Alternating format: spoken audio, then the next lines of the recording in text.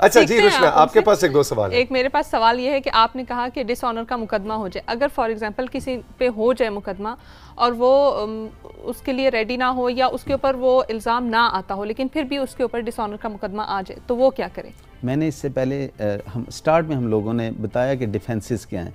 Defences ये हैं कि जो भी कंसिडरेशन है, ऑब्लिगेशन है, वो बताएगा कि मैंने सपोज एक एग्रीमेंट था जिसमें ये था कि फर्नीचर सप्लाई करना है सपोज, या गाड़ी लेनी है। अब वो आके रसीद देगा जी कि मैंने तो गाड़ी दे दी है, मैंने अपनी ऑब्लिगेशन फुलफिल कर दी है इसमें, और मेरे अगेंस्ट अब या ये अमाउंट जो मैंने इसको देनी थी वो तो मैंने अदर वे से कर दी है। या तीसरा जो कंडीशनल आ जाता है उसमें ये होगा कि इसने, क्योंकि ये बयाना था कि इसने ये प्लाट मेरे नाम कराना है या इसका कब्जा मुझे देना है, अब क्योंकि इसने अपनी फुलफिल ही नहीं की ऑब्लिगेशन, तो इसमें चेक यानी मेरी पेमेंट इसकी तरफ बनती नहीं।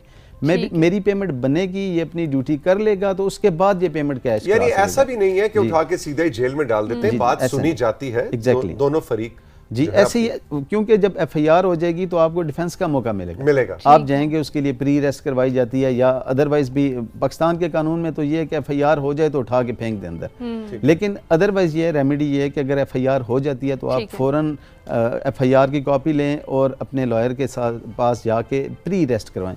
प्री अरेस्ट का बेसिक मकसद ये है कि आपने अपना डिफेंस बताना है वहाँ पे कि जी मेरा ये डिफेंस है। उसके बाद वो इन्वेस्टिगेशन मुकम्मल करेंगे, और आप अगर आपके अगेंस्ट कोई ऑफेंस मेड आउट नहीं होता, यानी मैंने अर्ज किया कि सिर्फ जारी कर देना ऑफेंस नहीं है। जुन साहब, कोई अमाउंट की कोई लिमिट भी है कि 50,000 का बाउंस हुआ तब भी जेल में, 5,000 का तब भी जेल में, 5 lakh, what is the cap? कानून में, क्योंकि हमारे कानून 1958 वो उस दौर के बने हुए हैं, उसमें एक 100 रुपए से ज्यादा अमाउंट का जो चेक है वो, अब उस वक्त एक 100 रुपया बड़ी चीज थी, आज एक 100 रुपया कोई वैल्यू नहीं।